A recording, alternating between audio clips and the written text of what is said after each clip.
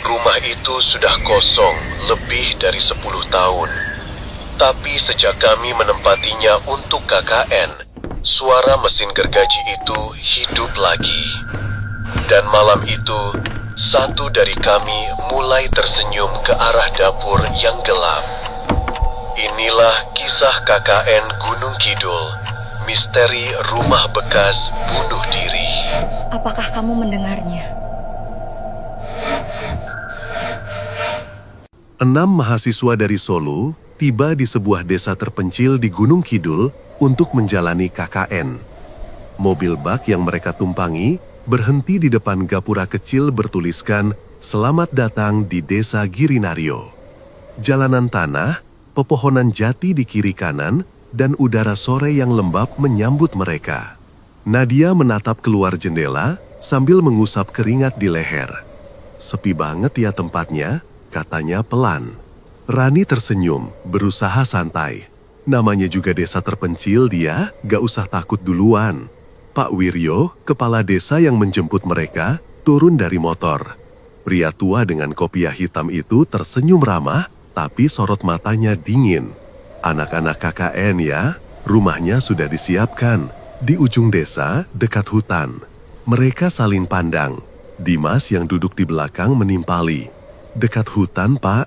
Pak Wiryo hanya menjawab singkat, "Tenang saja, aman." Mereka mengikuti motor kepala desa menuruni jalan berbatu. 5 menit kemudian, rumah itu tampak di depan mata. Rumah besar dari kayu, 2 lantai. Catnya mengelupas, jendelanya terbuka separuh. Di samping rumah ada gudang kecil dan pohon besar yang menaungi sebagian atap. Begitu turun dari mobil, hawa dingin terasa aneh. Laras mengosok lengannya. "Kayak lembab banget ya, padahal masih sore." Pak Wiryo menunjuk pintu depan. "Ini rumah bekas pengolahan kayu, sudah lama kosong, tapi masih kuat. Kalian bisa pakai selama KKN." Reno melihat ke sekeliling. Di belakang rumah, hutan terlihat pekat meski matahari belum tenggelam. Ia berbisik ke Arga, "Gue gak tahu kenapa, tapi rumah ini kayak ngeliatin kita." Arga hanya mengangguk pelan.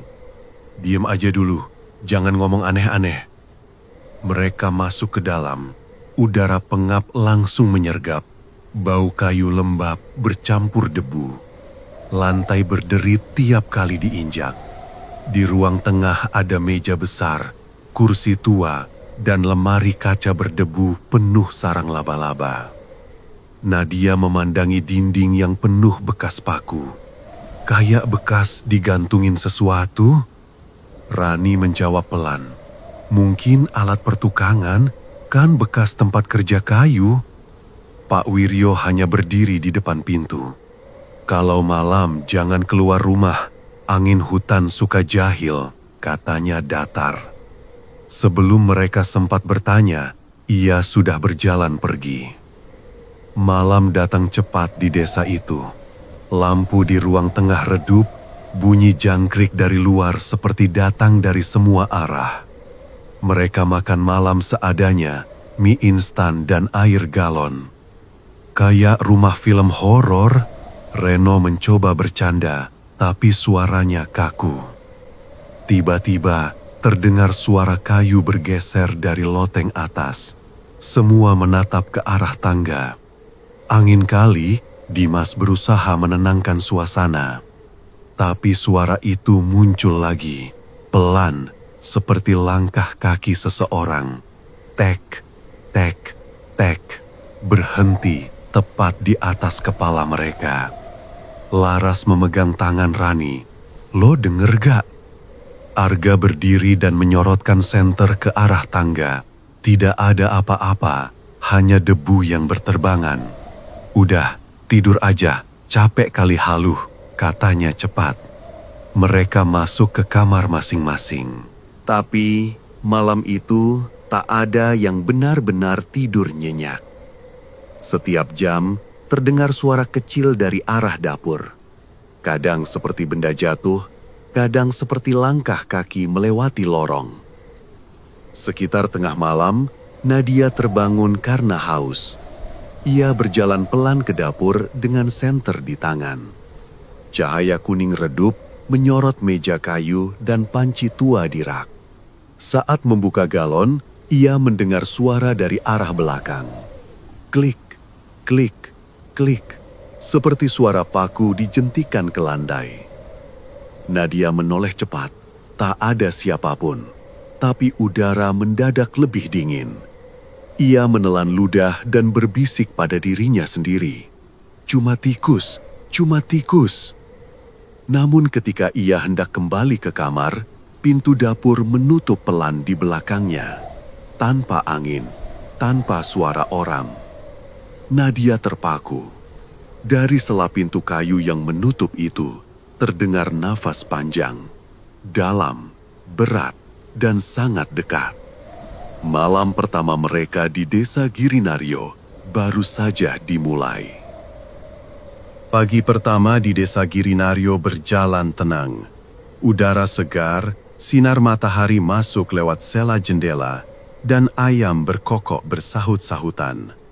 Malam tadi mereka semua kurang tidur, tapi mencoba bersikap biasa.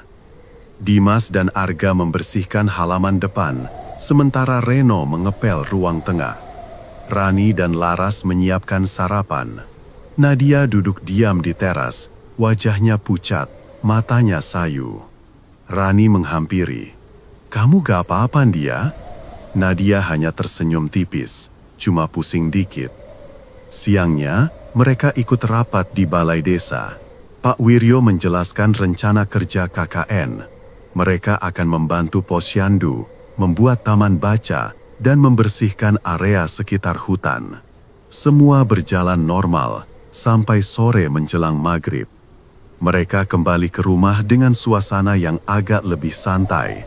Arga menyalakan musik dari HP kecilnya. Dimas mulai bercanda soal makanan desa. Tapi sejak mereka sampai di halaman, Nadia berhenti melangkah. Rani menatapnya. "Kenapa diam?" Nadia menatap dapur lewat jendela. Di sana ada orang. Suaranya pelan sekali, hampir seperti bisikan. Semua langsung menoleh. Dapur gelap, lampunya mati, hanya pantulan cahaya senja dari luar. Tak ada siapapun. Dimas mencoba bercanda. "Paling bayangan lo sendiri nih ya." Tapi Nadia tidak bereaksi. Tatapannya tetap kosong ke arah jendela dapur. Tangannya gemetar pelan. Malam pun tiba. Setelah makan, mereka duduk di ruang tengah sambil ngobrol. Suasana sedikit canggung karena Nadia masih diam saja. Laras berusaha memecah keheningan. "Gue nggak tahu kenapa, tapi rumah ini beneran bikin gak tenang." Reno menimpali. "Tadi sore waktu gue ngepel, gue dengar suara kayak langkah di dapur. Tapi waktu gue lihat, kosong." Arga menatapnya tajam. "Udah, jangan mulai. Malam-malam gini gak usah bahas gituan." Baru saja ia selesai bicara, Nadia tiba-tiba berdiri. Kursinya bergeser keras ke lantai. Matanya menatap lurus ke arah dapur yang gelap. Tubuhnya kaku, bibirnya terbuka sedikit, tapi tak ada suara keluar. "Nadia," Rani memanggil, tapi Nadia tidak menjawab. Ia mulai gemetar. Rani mendekat dan menyentuh lengannya. Dingin. "Nadia, kenapa?" Nadia perlahan mengangkat tangan menuju ke arah dapur. Tak ada apapun di sana, tapi suara kecil terdengar. Duk, duk, duk, seperti benda berat jatuh di lantai kayu. Arga langsung menyorotkan senter ke dapur. Kosong. Rak panci bergetar pelan, lalu diam. Dimas berusaha menenangkan. "Udah, mungkin kucing." Tapi Nadia tiba-tiba menatap mereka satu persatu. Suaranya keluar, pelan tapi jelas. Dia gak suka lampunya dinyalain. Semua terpaku. Arga mematikan senter dengan cepat. Separuh takut, separuh bingung. Setelah itu, Nadia menutup matanya dan jatuh lemas ke lantai. Mereka panik. Rani memeluknya, sementara Dimas mengambil air minum. Beberapa menit kemudian, Nadia sadar, tapi wajahnya kosong. Tak tahu apa yang baru terjadi. Setelah semua tenang, mereka memutuskan tidur lebih awal. Namun, malam kedua itu jauh lebih panjang dari yang mereka kira. Sekitar jam 2 dini hari, Rani terbangun karena mendengar suara berisik dari dapur. Ia keluar kamar, menyalakan senter pelan. Cahaya menyapu lorong sempit menuju dapur. Suara itu terdengar lagi.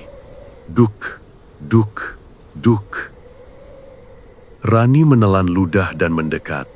Dari celah pintu dapur, ia melihat sesuatu bergerak di lantai. Rambut hitam panjang, terurai, basah, menempel di ubin. Ia menjerit kecil dan mundur beberapa langkah, tapi saat pintu terbuka penuh, tak ada siapapun, hanya panci yang bergoyang sendiri. Rani berlari kembali ke kamar. Ia melihat Nadia duduk di ranjang, mata terbuka, menatap ke arah dapur dengan senyum kecil di wajahnya. Tanpa suara, tanpa berkedip.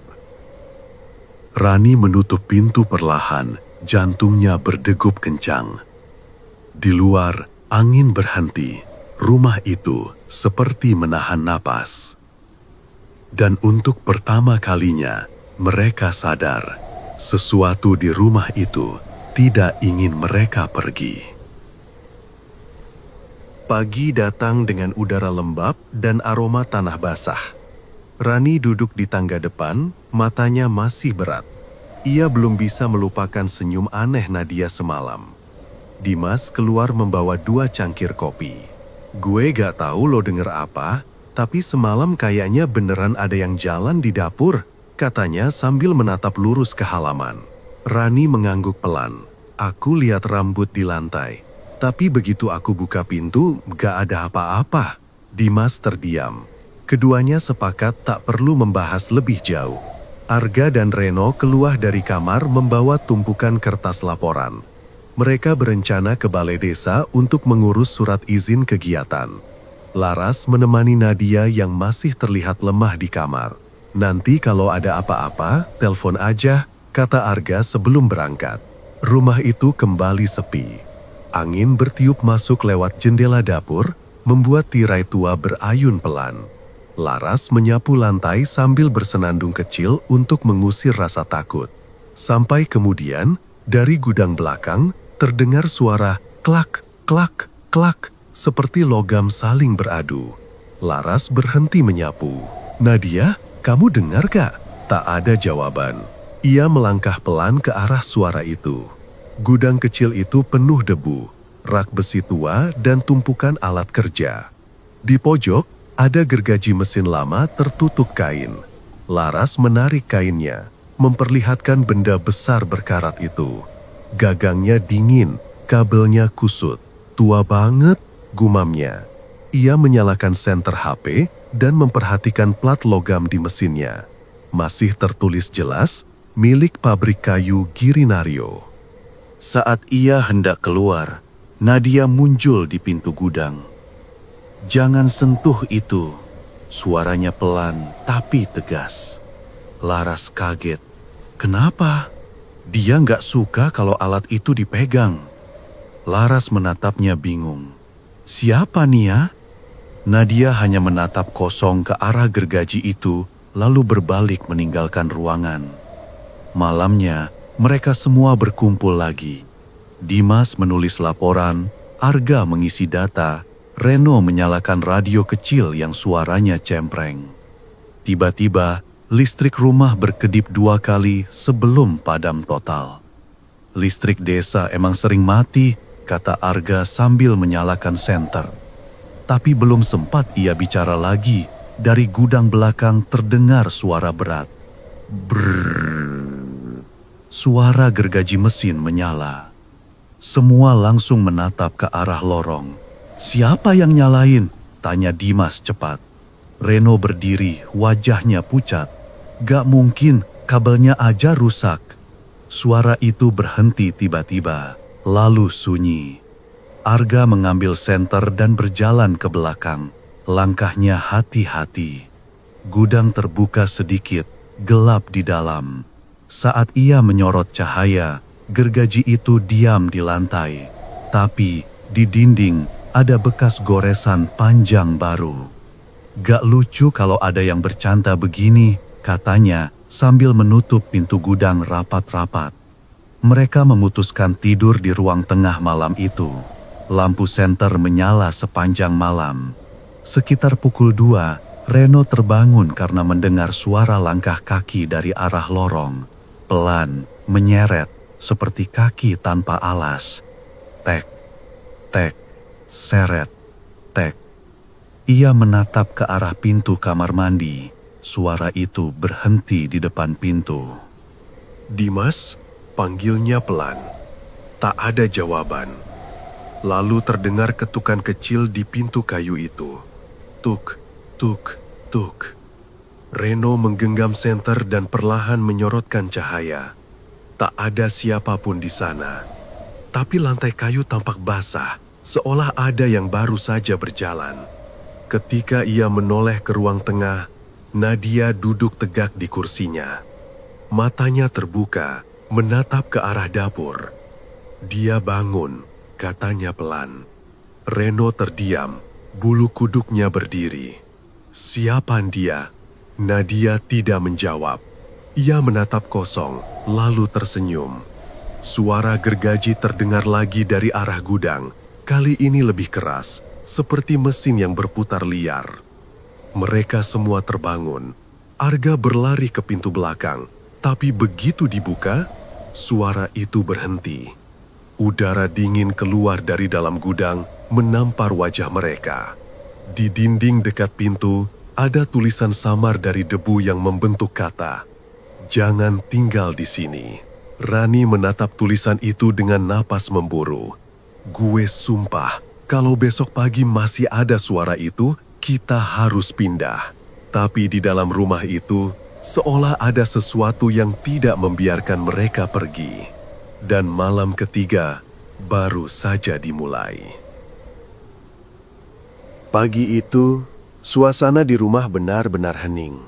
Tidak ada yang bercanda seperti biasanya. Reno duduk di beranda, menatap hutan di belakang rumah.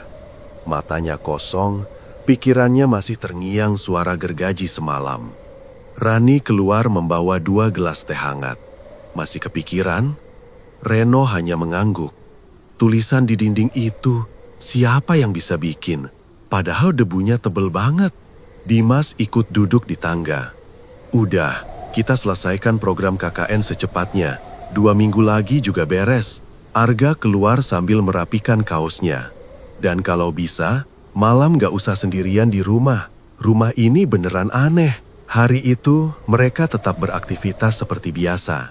Rani dan Dimas mendapat tugas mengantarkan laporan ke desa sebelah. Jalan setapak menuju sana melewati pinggir hutan jati yang lebat. Udara lembab, matahari terhalang awan, dan suara serangga terus bersautan. "Serem juga ya kalau lewat sini sendirian," kata Rani. Dimas menimpali sambil tertawa kecil. "Tenang, gue kan ada." Baru beberapa langkah lagi mereka keluar dari area hutan, Rani berhenti mendadak. "Dim, itu apa?" Dimas mengikuti arah pandangannya. Di antara pohon jati, sekitar 20 meter dari mereka, terlihat sosok perempuan berjalan pelan. Bajunya putih kusam, rambutnya panjang, dan langkahnya seperti melayang di atas tanah. "Warga sini kali," bisik Dimas, mencoba menenangkan dirinya sendiri. Tapi tak lama, sosok itu berhenti. Kepala sedikit menunduk. Rani memegang lengan Dimas. "Dia ngeliat ke kita nggak sih?"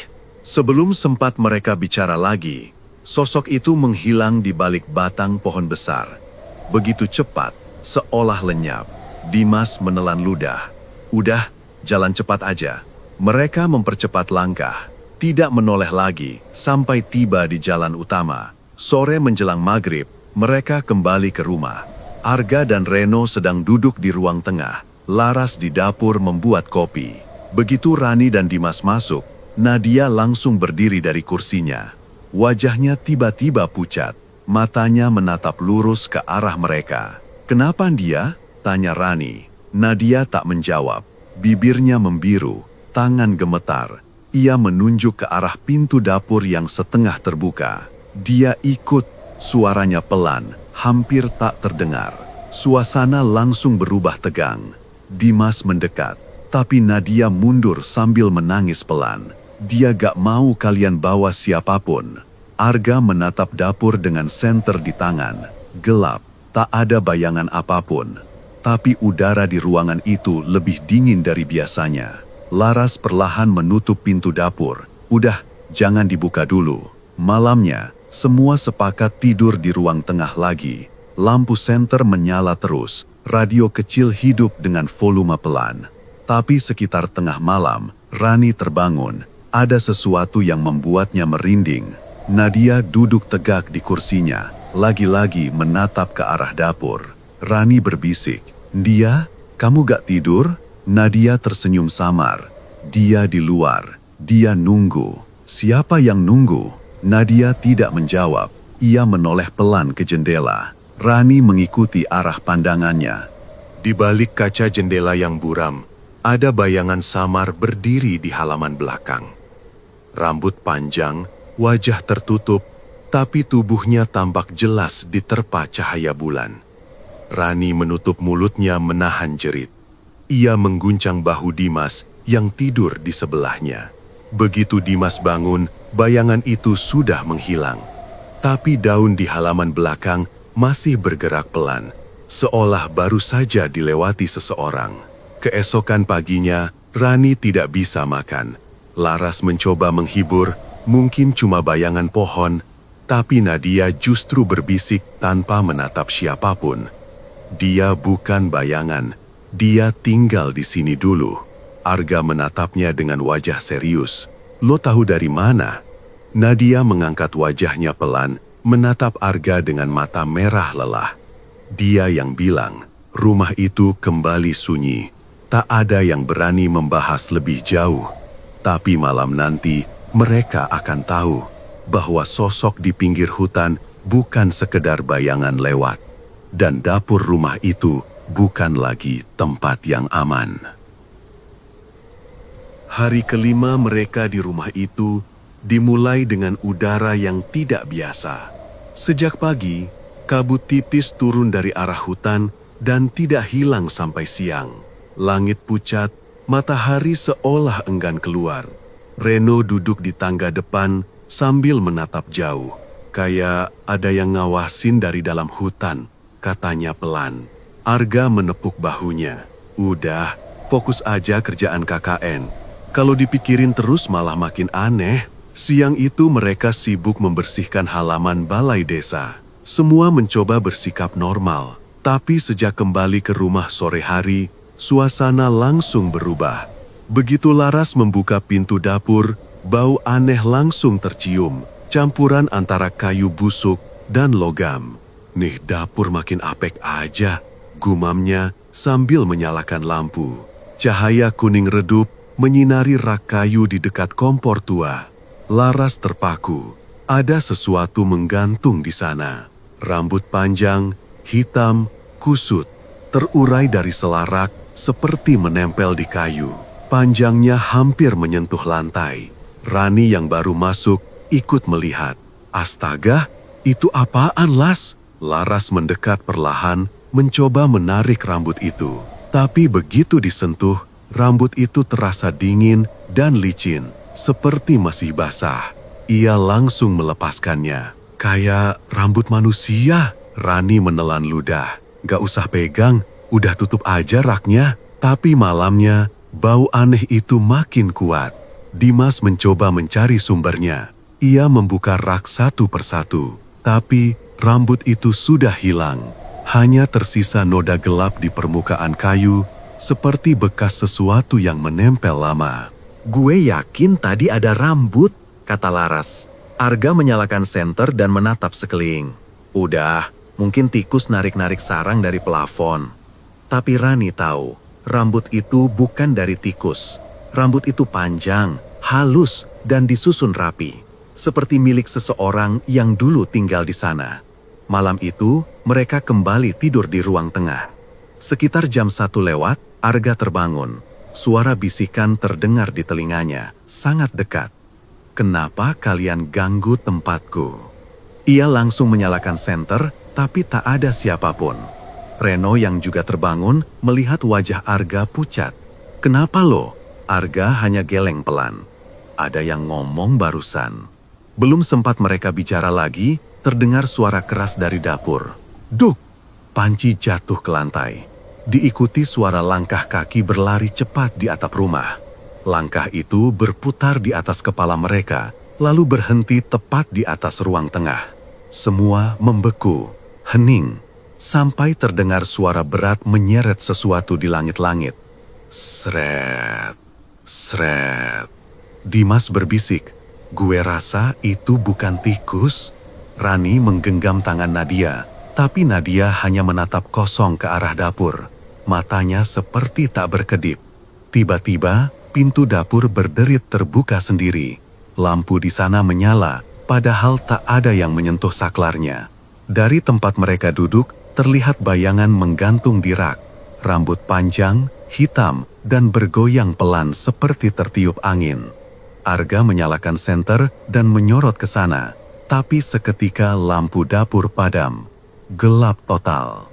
Mereka hanya bisa mendengar bunyi napas berat dari dalam ruangan itu. Laras menutup telinganya, berbisik gemetar, "Udah cukup, jangan ganggu lagi." Beberapa detik kemudian, semua kembali diam.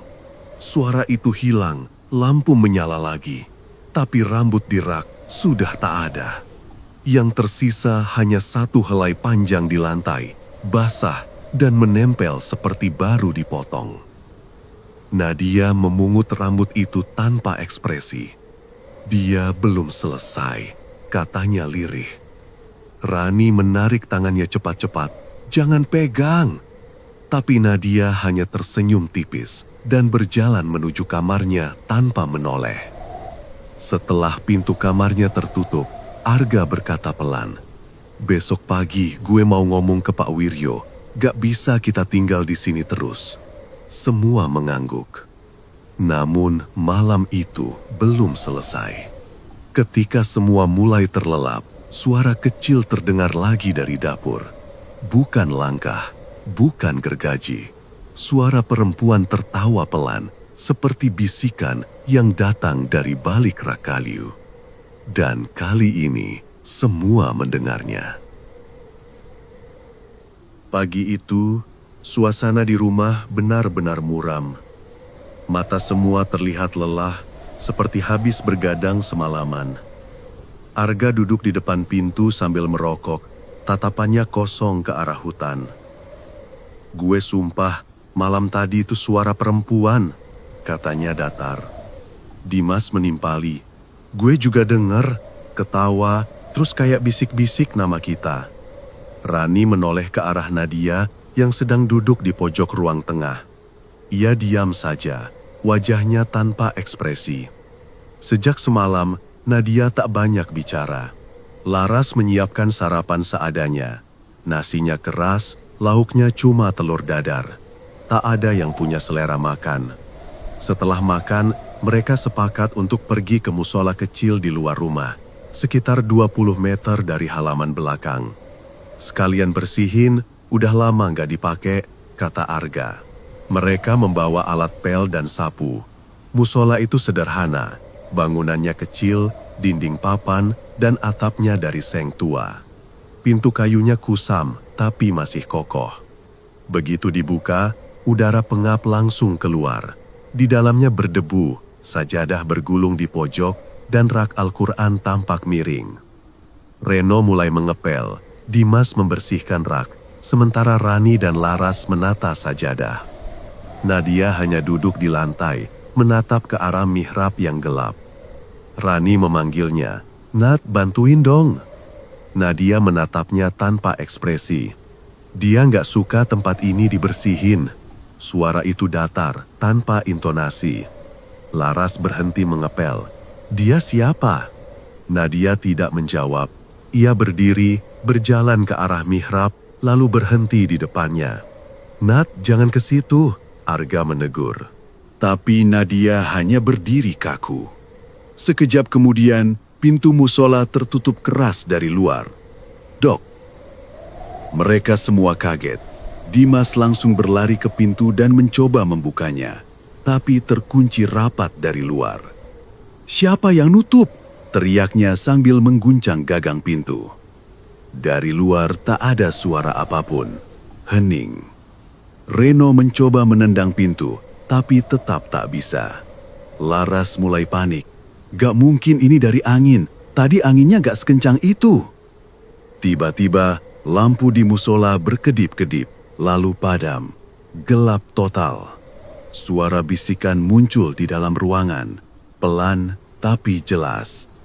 "Kenapa kalian datang lagi? Kenapa kalian buka pintu itu?" Rani menjerit kecil dan memeluk Laras. Dimas membaca doa keras-keras. Arga ikut membaca. Suaranya bergetar tapi tegas. Udara di dalam ruangan makin dingin. Sajadah yang tergulung di pojok bergerak sendiri, seperti disentuh dari dalam. Rak kayu berderit, satu persatu, Al-Quran jatuh ke lantai. Tiba-tiba, Nadia berbicara pelan, tapi suaranya bukan seperti Nadia. Dia sudah di sini. Rani menatapnya dengan mata lebar. "Nat, sadar, tolong!" Nadia menoleh perlahan, senyumnya kaku. "Kalian harus keluar sebelum dia marah." Arga mengguncang pintu sekuat tenaga. "Bismillah!" teriaknya. Saat itu juga, pintu terbuka keras seperti ditendang dari luar. Udara segar langsung masuk. Semua berlari keluar tanpa berpikir. Mereka berhenti di halaman, terengah-engah, tubuh gemetar. "Gue kunci dari dalam tadi. Gak mungkin bisa kebuka sendiri," kata Dimas sambil menatap pintu musola yang kini terbuka lebar. Tapi yang membuat mereka semakin takut adalah sesuatu di daun pintu itu. Bekas goresan panjang seperti cakaran, 5 garis sejajar dari atas ke bawah. Nadia berdiri di belakang mereka. Wajahnya masih pucat, matanya menatap pintu itu dengan tajam. "Dia gak suka doa kalian," katanya pelan. Semua menatapnya tanpa berani bicara. Arga akhirnya menarik nafas panjang. "Mulai sekarang, kita gak bakal ke tempat itu lagi." Mereka kembali ke rumah dalam diam, tapi malamnya, tepat saat azan Isya, pintu musola itu berderit terbuka sendiri. Tak ada angin, tak ada orang di sekitar. Dari dalamnya, samar-samar terdengar suara langkah pelan menuju arah rumah. Dan Nadia, dari balik jendela kamarnya, tersenyum melihatnya datang. Hari berikutnya, suasana di rumah itu makin berat. Tak ada yang mau membahas kejadian di musola. Tapi semua tahu, sejak malam itu, sesuatu di luar rumah sering mondar-mandir. Reno bilang ia mendengar langkah kaki di teras jam 2 dini hari. Dimas melihat bayangan hitam lewat di luar jendela kamarnya. Dan Nadia, ia sering bicara sendiri, pelan, seperti berbisik pada seseorang yang tak terlihat. Sore itu, suara truk besar terdengar dari jalan depan. Arga keluar ke halaman, melihat truk tua berhenti di depan pagar. Sopirnya, warga desa, melompat turun dan menyapa Pak Wiryo yang sudah menunggu di pinggir jalan.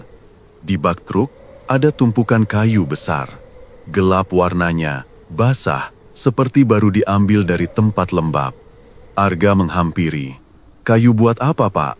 Pak Wiryo menoleh sekilas, suaranya datar. "Buat perbaikan pagar kuburan."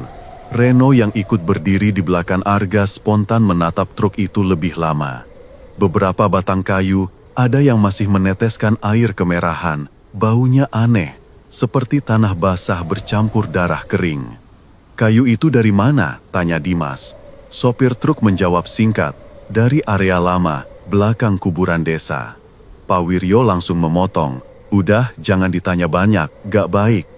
Ia lalu memberi aba-aba pada sopir untuk menurunkan kayu. Kayu-kayu itu ditumpuk di dekat gudang rumah tempat mereka tinggal. Reno mengernyit, "Kenapa ditaruh di sini? Kan pagar kuburan di arah sebaliknya." Pak Wiryo menatapnya lama sebelum menjawab. Sementara aja. Malam ini gak boleh kerja di area kuburan. Besok pagi diangkut lagi. Setelah itu, ia pergi tanpa menoleh. Malam turun cepat. Di ruang tengah, semua duduk diam. Hanya suara jangkrik dan angin yang berhembus lewat celah atap. Dari luar, kadang terdengar bunyi kayu beradu pelan. Duk, duk. Seolah ada yang memindahkannya satu persatu. Rani menatap Arga. Kayaknya dari arah gudang. Udah biarin, jangan keluar. Tapi Nadia tiba-tiba berdiri, berjalan ke arah pintu belakang tanpa alas kaki. "Nat, mau kemana?" tanya Laras. Nadia tidak menjawab. Ia membuka pintu perlahan dan melangkah keluar. Udara malam menyergap dingin. Dari dalam rumah, Rani dan Laras melihat Nadia berdiri di dekat tumpukan kayu. Tangannya menyentuh salah satu batang, lalu menatapnya lama. Dia bilang, "Kayu ini dari rumahnya," ucap Nadia pelan. Dimas mendekat. "Lo dengar suara lagi?" Nadia menoleh ke arahnya, matanya gelap. Dia marah. Dia gak mau kayunya dipindah. Tiba-tiba, suara keras terdengar dari gudang. Duar. Pintu kayu terbuka sendiri, menghantam dinding. Lampu dapur mati seketika. Rumah itu kembali gelap total. Reno mengambil senter dan menyorot keluar. Cahaya menembus sampai ke tumpukan kayu. Di antara batang-batang gelap itu, tampak sesuatu. Rambut panjang terurai, menggantung di sela-sela kayu, seperti terjepit di dalamnya. Rani menjerit, "Itu rambutnya lagi!" Arga berlari menutup pintu belakang, tapi angin kencang tiba-tiba berembus dari arah gudang, membuat lampu di ruang tengah bergetar. Dari arah dapur, tercium bau anyir kuat. Nadia menatap ke langit-langit, lalu berbisik lirih. Dia mau rumahnya kembali. Reno menyalakan doa keras-keras, membaca ayat kursi terbata-bata. Tapi di tengah bacaannya, suara langkah terdengar di atap. Tek, tek, seret, tek. Berputar mengelilingi rumah, lalu berhenti tepat di atas dapur. Suara itu disusul benda jatuh keras. Duk! Mereka semua berlari ke ruang tengah, berkumpul saling berpegangan tangan. Arga menggenggam senter erat, menatap ke dapur yang kini mulai diselimuti kabut tipis dari luar. Cahaya senter menyorot ubin dapur. Ada cairan merah menetes pelan dari atap. Rani menutup mulutnya. "Itu darah?" Arga memeriksa. Genangan merah di lantai makin besar, lalu berhenti tiba-tiba, meninggalkan bekas gelap. Hening lagi. Laras menangis pelan. "Kita harus pergi, Arga, malam ini juga." Tapi Nadia berkata dengan suara pelan dan tegas, "Kalian gak bisa pergi. Dia udah nunggu dari awal." Semua menatapnya. Nadia tersenyum samar, lalu menatap ke arah dapur yang gelap. Dia ada di situ. Cahaya senter bergetar di tangan Arga. Saat sinarnya menyorot ke arah yang sama, sekelibat bayangan putih melintas di balik pintu dapur. Dan kali ini, semua melihatnya. Pagi itu, udara terasa berat. Kabut belum hilang dan langit berwarna abu kusam. Tidak ada yang tidur semalaman. Semua duduk diam di ruang tengah, menatap dapur yang kini selalu tertutup rapat. Rambut di sela kayu sudah hilang, tapi bau tanah basah masih menempel di udara. Arga akhirnya bicara. "Kita nggak bisa gini terus. Gue mau ketemu warga. Ada yang harus jelasin rumah ini." Tak ada yang menolak. Mereka semua ikut keluar rumah, berjalan menuju rumah Pak Wiryo. Desa Girinario pagi itu sunyi. Hanya suara ayam dan langkah kaki mereka di jalan tanah. Rumah Pak Wiryo ada di tengah desa, lebih terang dan terawat dari rumah mereka. Begitu sampai, mereka langsung disambut oleh seorang lelaki tua dengan tongkat bambu. "Pak Wiryo lagi ke ladang," katanya. "Kalian dari rumah sebelah hutan itu ya?" Arga mengangguk. "Benar Pak, ada yang gak beres di sana." Lelaki tua itu saling pandang dengan istrinya, lalu menunduk pelan. "Masuk aja dulu." Mereka duduk di ruang tamu sederhana, hanya ada lampu minyak di meja. Lelaki tua itu memperkenalkan diri. "Saya Karto, dulu kerja di pabrik kayu itu, sebelum rumahnya ditinggalin." Laras mencondongkan badan. "Pak, rumah itu kenapa?" Bah Karto menarik nafas panjang. "Dulu, rumah itu milik juragan kayu. Dia tinggal sama istri dan anaknya. Tapi 10 tahun lalu, kejadian buruk. Mesin gergaji di pabrik nyangkut, ngegiling tangan anaknya sendiri." Rani menutup mulut, wajahnya pucat. Istrinya gak kuat. "Dia bunuh diri di dapur, gantung diri di balok tengah." Reno menelan ludah, suaranya pelan. "Terus jasadnya ditemuin 3 hari kemudian. Dan sejak itu gak ada yang berani tinggal di sana." Bah Karto menatap mereka satu persatu. Tapi itu bukan cuma karena bunuh diri. Setelah perempuan itu mati, pabrik masih jalan. Tapi tiap malam, gergaji nyala sendiri. Kayu hasil potongan besoknya selalu berlumur tanah dari kuburan. Sampai akhirnya juragan pergi dari desa. Rumah itu dikunci, dibiarkan kosong. Suasana mendadak sunyi. Hanya suara jam dinding berdetak. Rani gemetar. "Berarti arwahnya masih di sana?" Bah Karto mengangguk pelan. "Dia gak pernah pergi. Katanya dia nunggu, karena dia mati sendirian."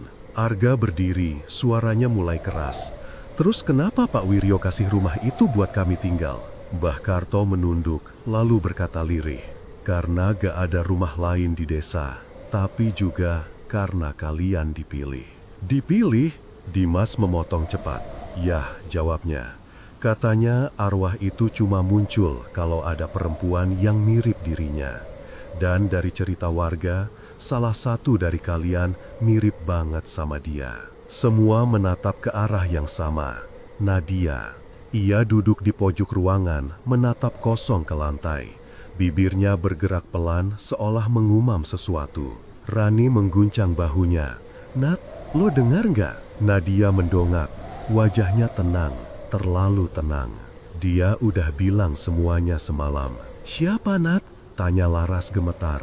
Nadia tersenyum samar. "Yang di dapur, dia pengen pulang." Bah Karto menatapnya lama. "Kalian harus pergi sebelum malam ini. Kalau udah senja, pintunya nggak bakal bisa dibuka lagi." Mereka langsung berdiri, bergegas pulang untuk berkemas. Tapi begitu sampai di depan rumah, semuanya berubah. Pintu depan terbuka sendiri. Udara dari dalam rumah keluar pelan, dingin dan berbau tanah basah. Reno menatap Arga. "Lo yakin masih mau masuk?" Arga mengangguk. "Kita ambil barang, terus pergi." Begitu melangkah ke dalam, lampu ruang tengah berkedip-kedip. Panci di dapur jatuh sendiri. Rak buku di sudut ruangan bergeser perlahan seperti didorong sesuatu. Nadia berdiri di tengah ruangan, matanya menatap ke arah dapur yang gelap. "Dia tahu kalian mau pergi," ucapnya pelan. Arga menarik lengannya. "Udah Nat, keluar sekarang." Tapi Nadia menolak. "Kalian boleh pergi, aku enggak." Suara keras terdengar dari dapur. Duk! Pintu dapur bergetar, seperti ada yang memukul dari dalam. Laras menjerit, Rani menangis, menarik tangan Nadia, tapi ia hanya diam, matanya tak lepas dari pintu dapur. "Dia sudah nunggu terlalu lama," katanya lirih, dan tiba-tiba lampu padam total. Dari dalam kegelapan, suara perempuan terdengar jelas, lembut, pelan, tapi menusuk. "Kau sudah datang. Sekarang giliranmu." Langit malam di desa Girinario seperti menelan semua suara. Tak ada jangkrik, tak ada angin. Rumah itu berdiri diam di pinggir hutan, seolah menunggu sesuatu terjadi. Arga dan Dimas berlari ke depan rumah membawa senter. Mereka menatap pintu dapur yang masih bergetar pelan, sementara dari dalam terdengar suara langkah kaki. Rani menahan Laras agar tidak mendekat. "Jangan buka, Las, jangan!" Tapi Nadia sudah berdiri di depan pintu dapur, tangannya menyentuh gagang kayu yang dingin. "Dia udah di sini," katanya pelan. Rani menatapnya gemetar. "Nat, tolong jangan buka." Nadia menoleh setengah, senyum samar muncul di wajahnya. "Dia cuma pengen aku dengar." Pintu dapur terbuka sendiri, gelap total di dalamnya. Dari sana keluar angin dingin dan bau anyir yang tajam. Cahaya senter Arga bergetar, ia menyorot ke dalam. Di dapur ada genangan air yang perlahan berubah warna, hitam.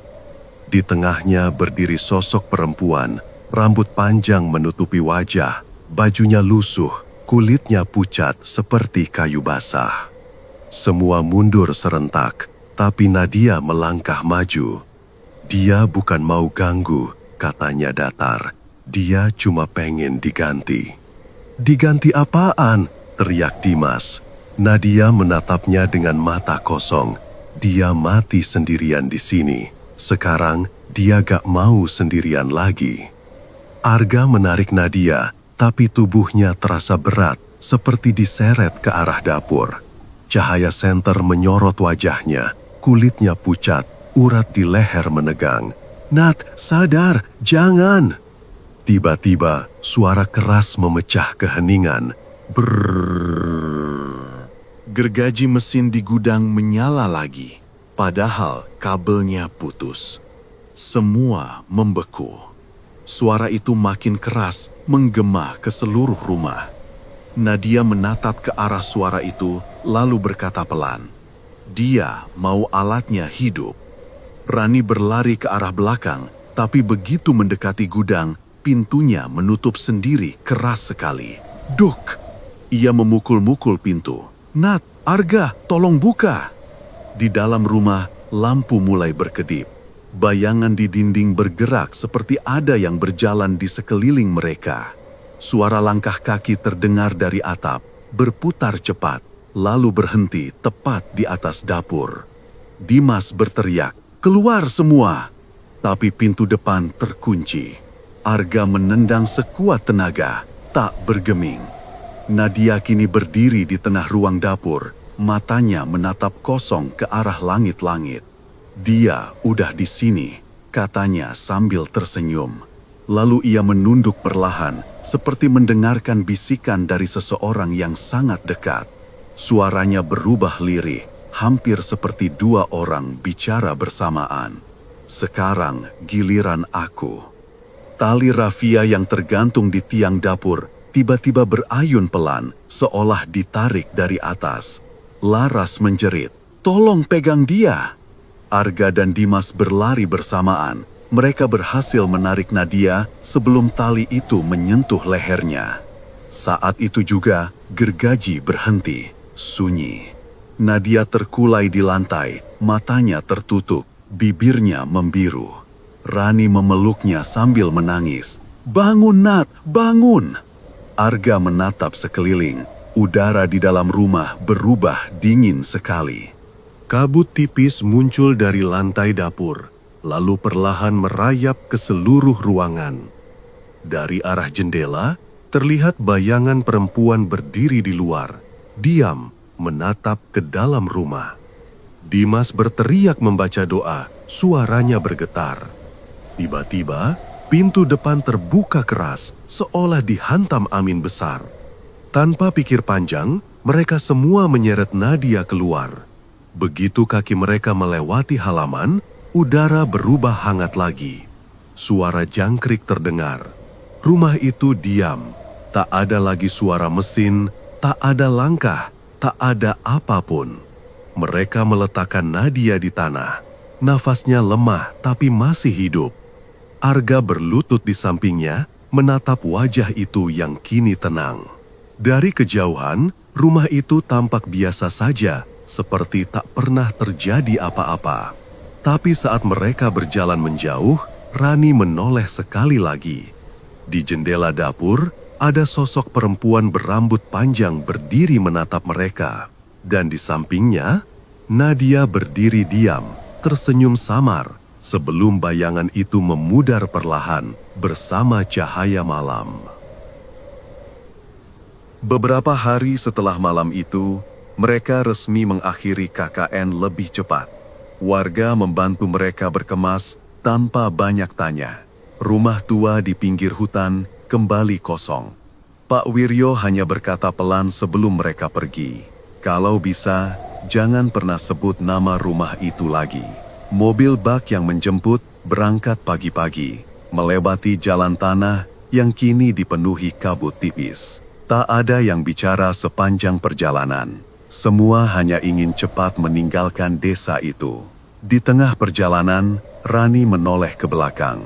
Rumah itu masih terlihat di kejauhan, kecil, tapi anehnya seperti masih memandang mereka. Ia cepat-cepat menunduk. Dalam hati, ia berdoa agar semuanya benar-benar selesai. Beberapa minggu berlalu, mereka kembali ke Solo, menjalani rutinitas kampus seperti biasa, tapi tidak semuanya sama. Sejak kejadian di Gunung Kidul, Nadia berubah. Awalnya biasa saja, lebih pendiam, sering melamun. Tapi lama-kelamaan, perilakunya makin aneh. Ia suka menatap kosong ke dapur kosnya. Kadang tersenyum sendiri, kadang bicara pelan, seolah sedang menjawab seseorang. Rani yang paling dekat dengannya mulai khawatir. Suatu malam, ia datang menjenguk tanpa kabar dulu. Kos Nadia sunyi, lampunya menyala samar, jendela terbuka, dan bau lembab memenuhi udara. Nadia, panggilnya pelan. Tak ada jawaban. Rani masuk ke dalam. Suasana di kamar itu terasa persis seperti rumah tua di Girinario, pengap, dingin, dan tenang dengan cara yang salah. Di dapur kecil, air galon masih menetes pelan ke ember kosong. Dan di sana, Nadia berdiri membelakangi Rani. Rambutnya terurai panjang menutupi sebagian wajah. Tangannya menggenggam sendok logam, tubuhnya diam seperti patung. "Nat," suara Rani bergetar, "kamu kenapa?" Nadia menoleh perlahan, wajahnya pucat, bibirnya kering, tapi matanya kosong. Seperti sedang melihat sesuatu di belakang Rani, bukan ke arah Rani. "Aku mimpi," katanya pelan. "Dia datang lagi." "Siapa yang datang?" tanya Rani menahan napas. Nadia tersenyum tipis. "Dia bilang giliranku belum selesai." Rani mundur setapak, tapi sebelum ia sempat bicara lagi, semua lampu di kamar mati bersamaan. Gelap total. Suara napas panjang terdengar dari arah dapur. Bukan dari Nadia, tapi dari sesuatu yang lain. Rani berlari menyalakan senter ponsel. Cahaya kecil itu menyorot wajah Nadia yang kini menunduk. Dari bawah rambutnya, terdengar suara perempuan lain, pelan tapi jelas. "Sekarang giliranmu." Rani menjatuhkan ponselnya. Cahayanya bergoyang di lantai, menyorot dinding belakang dapur. Ada bayangan dua perempuan berdiri berdampingan. Satu menyerupai Nadia, satu lagi lebih tinggi, rambutnya menjuntai sampai lantai.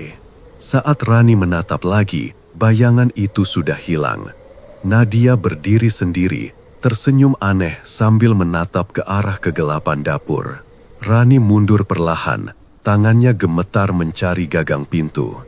Begitu keluar, ia langsung berlari ke jalan tanpa menoleh lagi. Keesokan harinya, Rani datang lagi bersama Arga dan Dimas. Pintu kos Nadia terbuka sedikit. Di dalam, kamar itu kosong. Semua barang masih rapi, tapi tidak ada Nadia. Di meja, ada selembar kertas lusuh. Tulisan tangan Nadia samar dan bergetar. "Aku udah balik ke rumah." Arga menatap tulisan itu lama, sementara Dimas mencoba menelpon nomor Nadia. Tidak aktif. Rani hanya berdiri mematung, dadanya sesak. Ia tahu rumah yang dimaksud bukan di Solo. Beberapa hari kemudian, seorang warga desa Girinario mengabari Pak Wiryo. Rumah tua di pinggir hutan terlihat menyala malam-malam. Lampu dapurnya hidup meski tak ada penghuni. Saat diperiksa, pintu depan terkunci dari dalam. Tapi dari jendela, samar-samar terlihat seseorang berdiri di dapur. Perempuan muda, rambut panjang terurai, menatap keluar dengan senyum tipis di wajahnya. Dan di meja kayu yang berdebu, tepat di bawah lampu gantung tua, tergeletak sehelai rambut hitam basah dan selembar kertas baru bertuliskan, "Dia gak sendirian lagi." Setiap tempat menyimpan kenangan, tapi tidak semua kenangan ingin diingat. Rumah tua di Girinario itu menjadi saksi bagaimana kesedihan bisa berubah menjadi kutukan dan bagaimana rasa bersalah bisa menahan arwah untuk pergi. 6 mahasiswa itu datang hanya untuk belajar dan membantu, tapi mereka malah menemukan luka masa lalu yang tak pernah sembuh. Mereka selamat secara fisik, tapi tidak semuanya benar-benar pulang. Ada yang tertinggal di rumah itu, entah jiwanya atau sesuatu yang lain. Dari kisah ini, kita belajar satu hal: jangan pernah meremehkan tempat yang sunyi, karena kadang kesunyian menyimpan suara yang belum sempat bercerita. Dan bila kau mendengar langkah di malang hari dari arah yang seharusnya kosong, mungkin itu bukan angin.